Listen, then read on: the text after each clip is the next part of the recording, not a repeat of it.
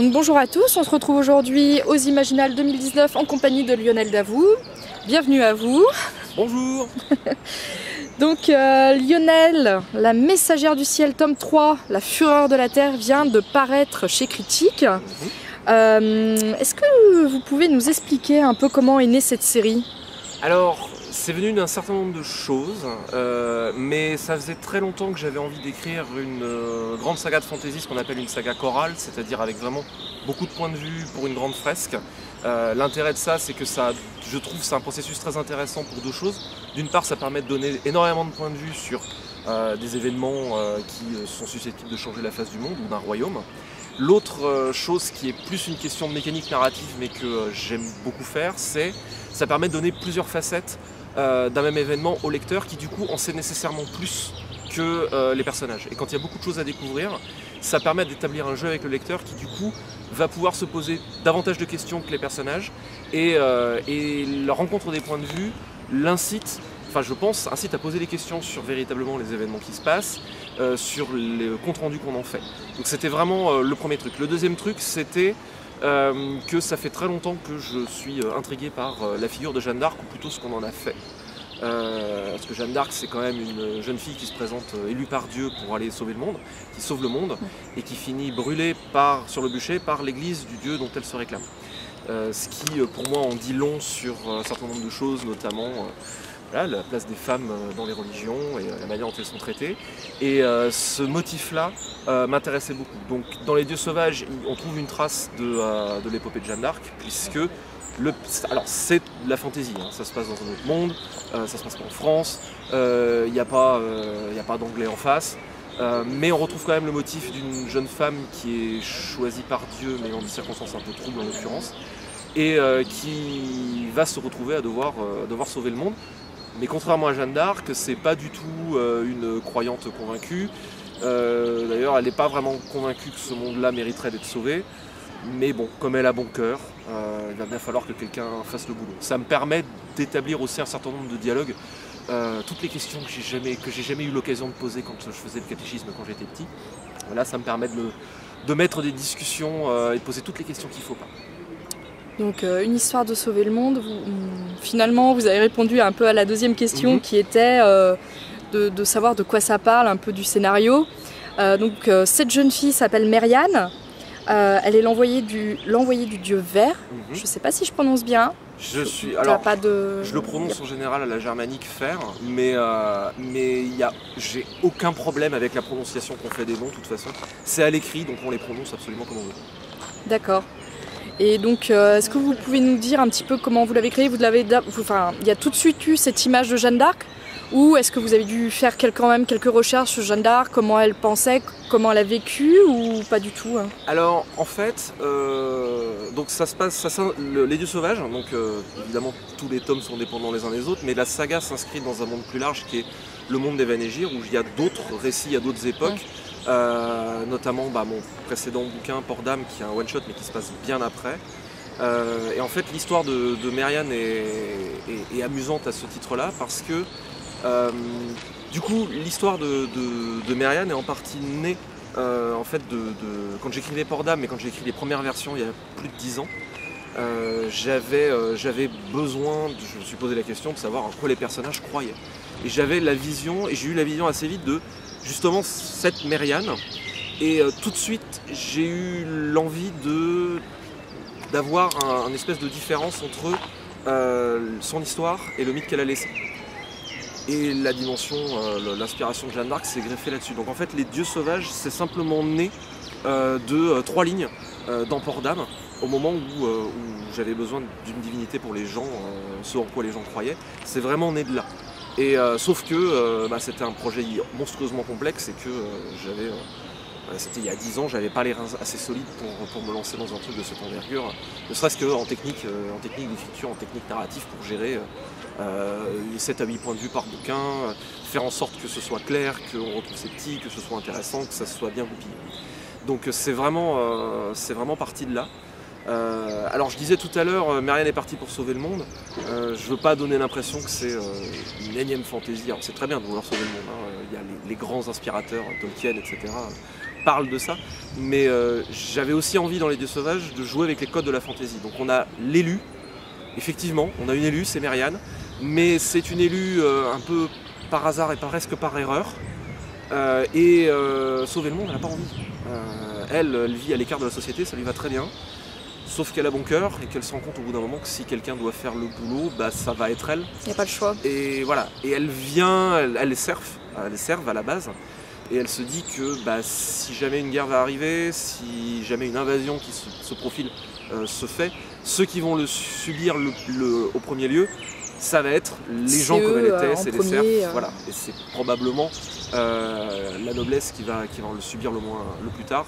Donc comme elle bénéficie quand même d'un certain nombre d'avertissements, avec le fait que Dieu soit dans sa tête, ça lui donne une clarté beaucoup plus vaste sur les événements.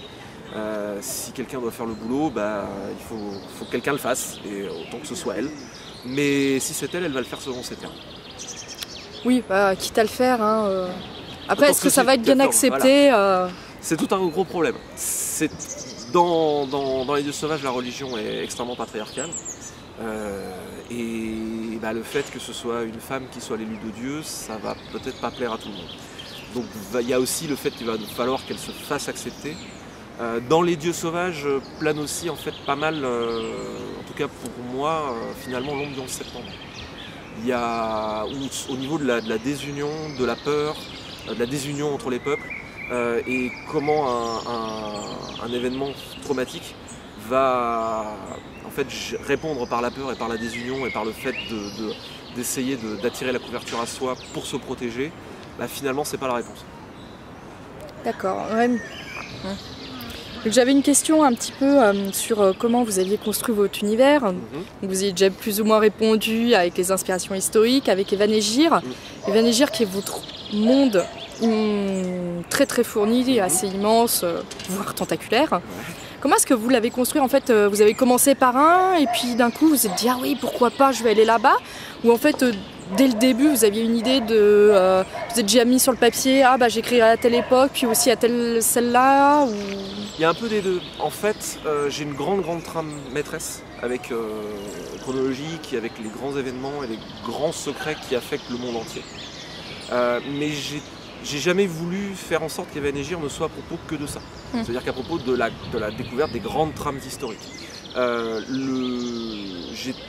Pour moi, une histoire est intéressante si les personnages sont intéressants et si on se soucie de ce qui leur arrive. Donc, j'ai aussi volontairement, par exemple, il n'y a pas de carte d'Evanégir de manière générale. J'ai éventuellement des patates, disant ici il se passe vaguement ça, ici il se passe vaguement ça. Mais je veux surtout pas, par exemple, de carte de détail, parce que la carte de détail va enfermer la narration, va dicter, l'espace va dicter une histoire. Les histoires naissent de l'espace et les histoires influencent l'espace aussi, par exemple. Elles influencent la chronologie, etc. L'espace temporel. C'est bizarrement dit, mais donc j'ai de grandes tendances là-dessus. Je sais quelles sont les grandes ambiances, par exemple Les Dieux Sauvages, ça je passe au niveau des âges sombres, c'est-à-dire une époque de grande régression technologique et sociale, où énormément de choses ont été perdues, donc c'est vraiment une époque post-apocalyptique. Donc je savais que j'avais ces étapes-là, et je savais quelles étaient les ambiances que je voulais pour chaque univers, pour chaque période.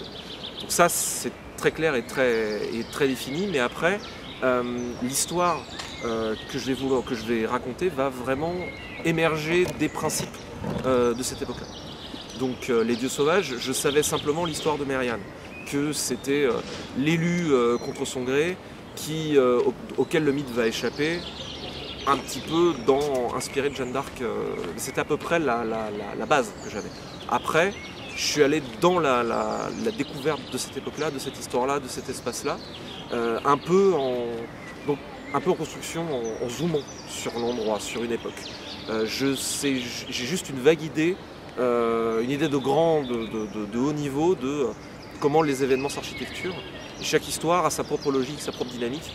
Et en fait, à mesure que je découvre chaque histoire va expliquer tout le reste, tout le temps. Ce qui est un phénomène assez étrange. D'ailleurs, parce que j'ai pas tellement l'impression d'inventer, j'ai plus l'impression de faire un travail d'archéologue, de partir à la recherche de ce qui s'est vraiment passé ici, qui vient expliquer tout ce qui se passe ailleurs. Moi j'aurais dit de bâtisseur, la première pierre c'était à base de la maison, puis des fois vous écrivez la charpente, puis entre les deux il y aura le mur, et comme ça on comprend comment s'est construit la charpente.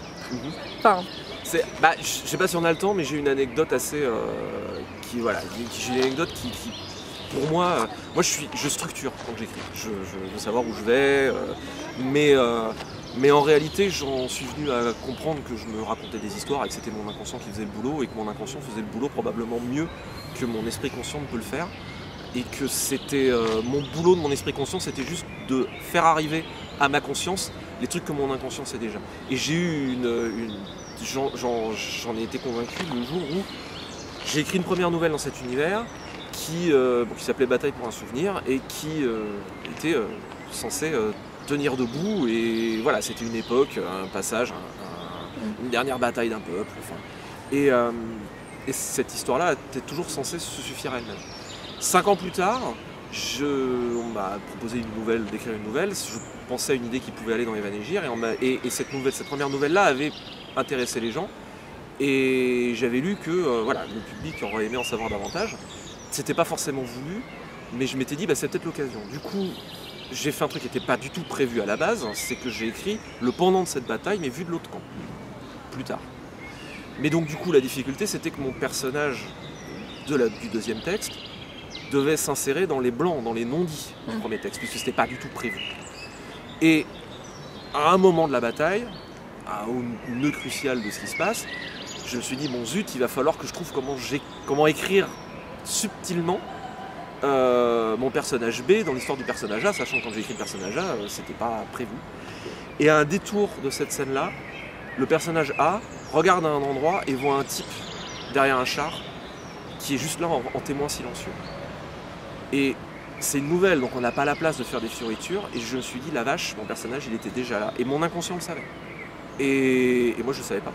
Et ça a été assez vertigineux pour moi de me dire, bon ok, je suis le vecteur de quelque chose, je sais pas très bien quoi. Et donc voilà, donc je fais beaucoup confiance à ce que mon inconscient veut me dire dans la création d'Evanégir, même si ça n'a pas de sens sur l'instant. Je sais que ça va en prendre plus tard, parce que même si moi consciemment je sais pas, mon inconscient a déjà toutes les billes. Et mon boulot c'est juste d'aller à la recherche de ces histoires-là et de les servir du mieux possible. Ça c'est le travail de mon esprit conscient. Mais mon inconscient, il a déjà les briques, il sait déjà comment ce monde fonctionne. Le conscient fait les morceaux, raccroche les morceaux de puzzle ensemble et des fois je sais pas comment ils vont se raccrocher, mais je sais que si je continue à écrire l'univers, ça va m'apparaître. Ce qui est, pour moi qui suis plutôt un contrôle fric et qui ai tendance à vouloir vraiment avoir planifié les trucs, c'est un travail d'humilité, de lâcher prise, mais qui me fait plus grandir.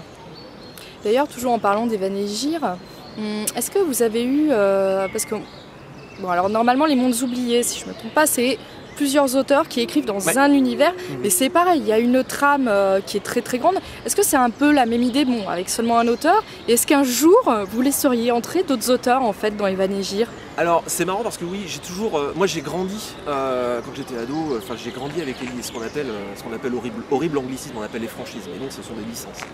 Royaumes oubliés, Lance Dragon, Star Trek, Star Wars, toutes ces licences-là. Moi j'ai grandi avec ça et j'aimais les licences. Et j'ai construit Evanégir et aussi La Voix de la main gauche, donc Léviathan. Je ne peux pas m'empêcher de construire les univers comme des licences, effectivement, des univers partagés, où effectivement, et je suis content que vous le voyez, où effectivement je suis le seul auteur. Je ne sais pas si je laisserai entrer d'autres auteurs dans Evanégir, pourquoi pas, pas pour la trame de fond, parce que ça je sais où je vais et j'ai un projet. Par contre, là où j'aurais grand plaisir à laisser entrer des auteurs, c'est pour des adaptations. Où je serais ravi de voir ce que ça pourrait donner en BD. Des fois, on me propose, on m'a récemment proposé, Anouchka Morer qui m'avait proposé de faire des lectures, donc voir l'interprétation, voir comment c'est reçu. Ça c'est passionnant, voir de l'illustration, ça j'adore parce que ce sont d'autres médias que je suis pas capable de faire. Et donc je suis ravi de voir comment une autre grammaire d'un autre média qui moi m'échappe totalement va s'emparer de ce truc là, ce qu'on en a reçu et comment ça va être exposé. Sous forme littéraire, pourquoi pas, avec le caveat que là pour le coup j'avoue, c'est peut-être encore mon côté contrôle fric, mais j'ai le côté chef d'orchestre de je sais où je vais, je sais quels sont les secrets de l'univers et tout alimente un peu ces choses-là. Mais globalement, en dehors de ça, pourquoi pas? Moi je serais curieux si si un projet se lançait dans ce côté voilà, je sais pas si ça intéresserait du monde, mais moi je serais tout à fait partant pour. D'accord, donc à voir si un jour il y a de nouveaux récits dans Evanégir. Vous parliez il y a quelques instants des illustrations. Moi j'avais une question sur la couverture. J'ai lu que a priori il y avait eu quand même un travail entre vous et l'illustrateur. En gros c'est Marianne sur les 3 couvertures et il y a son visage. Mais le décor autour change, il y a eu une volonté. Est-ce que vous pouvez nous expliquer un peu en fait ce qui s'est passé Alors, j'ai pas. En général, c'est l'éditeur qui fait qui fait l'intermédiaire. Donc, et honnêtement, moi très honnêtement, je suis pas illustrateur. J'ai d'ailleurs une sensibilité picturale. Enfin, je suis très mauvais pour ça. Et je le sais. Donc, je laisse vraiment grandement carte blanche à l'éditeur et à l'illustrateur, qui savent ce qui est possible d'être sympa, et parce qu'une couverture elle a le double rôle. Évidemment il faut qu'elle soit sympa, qu'elle reflète l'univers du bouquin, mais elle a aussi, on va pas se mentir, elle a aussi un rôle commercial. Il faut qu'elle donne envie au lecteur en librairie, qu'elle attire l'œil, qu'elle dit tiens ça peut me correspondre, qu'est-ce que ça raconte, et ça peut potentiellement m'intéresser. Donc, et ça je sais que je suis nul là-dessus, vraiment. Donc, par contre, j'ai une idée assez aboutie forcément de l'univers, de l'ambiance, et je fournis pour chaque bouquin, pour Les Dieux Sauvages, je fournis un dossier d'illustration. Voilà, c'est assez fréquent dans le métier. Je fournis un dossier avec moi, mes inspirations, des bouts de description. Et ce qui est assez bluffant, et c'est là qu'on voit que l'illustrateur c'est vraiment un métier, c'est qu'à chaque fois j'ai des illustrateurs c'est comme s'ils étaient rentrés dans ma tête pour sortir l'ambiance que j'avais. Ce qui est assez bluffant quand même, parce qu'à travers juste les mots, ils arrivent à faire ça. Et en plus, on reçoit l'illustration, on fait oui, ok, c'est exactement ça que j'avais en tête, c'est juste incroyable. Et des fois même c'est encore plus vivace que ce qu'on pouvait imaginer. Alors, j'ai pas travaillé directement avec Alain Brion, qui est illustrateur des Dieux Sauvages, mais il fait un boulot juste phénoménal. Moi j'ai fourni ça mais comme j'ai tendance à être un peu verbeux, j'ai fourni ça à l'éditeur qui, lui, sait comment on travaille avec un éditeur et qui va virer un certain nombre de trucs dont il se rend compte que c'est complètement inutile et que en gros, il n'a pas besoin. Voilà, l'illustrateur n'a pas besoin de la moitié de ce que je raconte parce que ça ne va pas lui servir dans son travail. Mais c'est très bien, c'est pour ça que l'éditeur est là aussi. Donc, par contre, on discute aussi avec l'éditeur de ce qu'on aurait envie d'avoir comme ambiance. Donc, par exemple, sur Les Dieux Sauvages, effectivement, on voulait avoir Marianne en couverture et avoir la progression de son trajet. Et on a une idée assez précise de là où on va. Ce qui est intéressant aussi avec les couvertures pour moi, c'est que moi j'ai jamais considéré qu'une couverture ça devait être 100% fidèle au texte. Son rôle justement c'est de magnifier le texte, c'est de donner à rêver, c'est une adaptation. Oui, c'est aussi une interprétation finalement. Exactement. Pour moi c'est la première adaptation de l'univers du roman. Je rends chaque fois hommage à Alain Brion pour son travail sur la couverture des Dieux Sauvages parce que je les trouve absolument magnifiques. Et ce qui est intéressant c'est que pour moi quelque part Marianne est une plus jolie femme sur les couvertures que ce qu'elle est dans ma tête. Mais pour moi c'est une adaptation et justement c'est très bien parce que le rôle de la couverture c'est de magnifier l'univers du récit. Donc ce que je trouve, parce que comme Les Dieux Sauvages c'est aussi un discours entre les événements et ce que les événements vont laisser comme mythe et aussi comme religion derrière, pour moi c'est fascinant parce que les couvertures des Dieux Sauvages c'est déjà la couverture du mythe. Et donc ça marche merveilleusement bien dans le projet des Dieux Sauvages parce que le lecteur va être peut-être attiré par la couverture du mythe et va découvrir les événements. Et voilà, ce discours renforce encore plus tout le projet de la série. Et je rends hommage à Alain Brion pour son boulot qui est phénoménal. Toujours avec Alain Brion, et puis même avec les éditeurs, on peut voir avec Port d'âme. Il y a la première version qui est sortie chez Critique, où il y a une ville avec le personnage principal, il me semble, qui est juste devant. Tout à fait, qui est voilà. Alors réalisé par François Baranger. Voilà, j'avais pas le nom de l'illustrateur, alors que la version poche est carrément différente puisqu'on voit le héros sous la tente avec son prénom m'échappe. Avec Ruiz et la vendeuse d'âme. Voilà, et la vendeuse d'âme, et c'est carrément mais deux visions différentes de votre histoire et je trouve que les deux sont vraiment très sympathiques, très sympas. Il y en a une qui est plus proche, une autre qui est plus éthérée. On voit vraiment qu'il y a deux visions, deux approches à chaque fois de l'histoire. C'est génial quand on est auteur justement d'avoir la possibilité d'avoir par exemple deux adaptations, la vision en grand format et la vision effectivement en poche. Et les deux sont à la fois, là aussi magnifient l'univers du texte, quoi, où on a dans la première Ruiz qui est prêt à se lancer à l'assaut de la ville, mais c'est seul contre elle quelque part. Et dans l'autre, justement, effectivement, l'autre versant plus intime, plus presque sur une seule portion, sur un seul versant de l'histoire. Et maintenant, sur quoi vous travaillez? L'héritage de l'Empire, le tome 4 des Dieux Sauvages. J'ai un tome 4. En fait, vous arrêtez pas? C'est une série en 5. À la base, ça devait être une trilogie. Mais les histoires ont leur propre dynamique, même quand on structure à l'avance, que des fois on découvre en cours de route, ce qui a été mon cas. Et en fait, je me suis rendu compte que l'histoire avait beaucoup plus vaste que ce que j'imaginais à la base. Et peut-être que c'est pas plus mal, parce que si j'avais su que ça allait être vaste comme ça, peut-être que j'aurais eu trop peur et que je ne me serais pas lancé. Mais maintenant j'y suis, donc faut finir. Donc on finit, mais c'est un vrai plaisir, c'est fascinant. Enfin, moi qui ai toujours été très structurant, je me rends compte que là, en gros, voilà, là je suis dans l'histoire avec les personnages. Il y a un certain nombre de trucs que j'avais structurés qui sont tombés à l'eau, d'autres qui sont apparus, mais c'est assez génial de voir, de suivre l'histoire, aussi en partie de se laisser entraîner par elle, même si je sais très bien où je vais. Et depuis le début, je sais comment la série se finit, mais elle a pris son propre élan. Et maintenant, du coup, je suis cet élan-là. C'est pour ça que je suis passé de 3 à 4 tomes, de 4 à 5. Normalement, ça s'arrête à 5. 5, normalement, c'est bon. Ça s'arrête à 5. En fait, je raconte toujours l'histoire que je veux raconter. Sauf que je suis pas passé par là où je pensais. Et que je suis passé par des endroits qui me semblent en fait finalement plus intéressants et plus pertinents pour le projet. Et c'est du coup, c'est encore... pour moi, c'est plus intéressant. J'espère que pour les lecteurs aussi. Donc voilà, je travaille sur le 4 qui s'appellera l'héritage de l'Empire, qui sortira en l'automne 2020. Et après, je travaillerai sur le 5 qui s'appellera la succession des âges, qui sortira 1 an et demi après. Donc en 2022 2022, normalement printemps. Et Imaginal 2022. A priori, c'est le plan. Ouais. Normalement, ça devrait tout à fait se faire, parce que j'ai sorti les 3 premiers à un intervalle d'1 an maximum. Là, j'ai eu envie de prendre un peu plus, de composer un peu, parce que c'était quand même un rythme assez effréné. Et simplement, il faut que je puisse dormir un peu. Ce qui est pas mal aussi pour avoir les idées claires. Quoique, si les idées apparaissent pendant la nuit... Du coup, il faut dormir beaucoup. Exactement. Merci beaucoup d'avoir répondu à ces quelques questions. Je vous souhaite un très bon salon. Merci.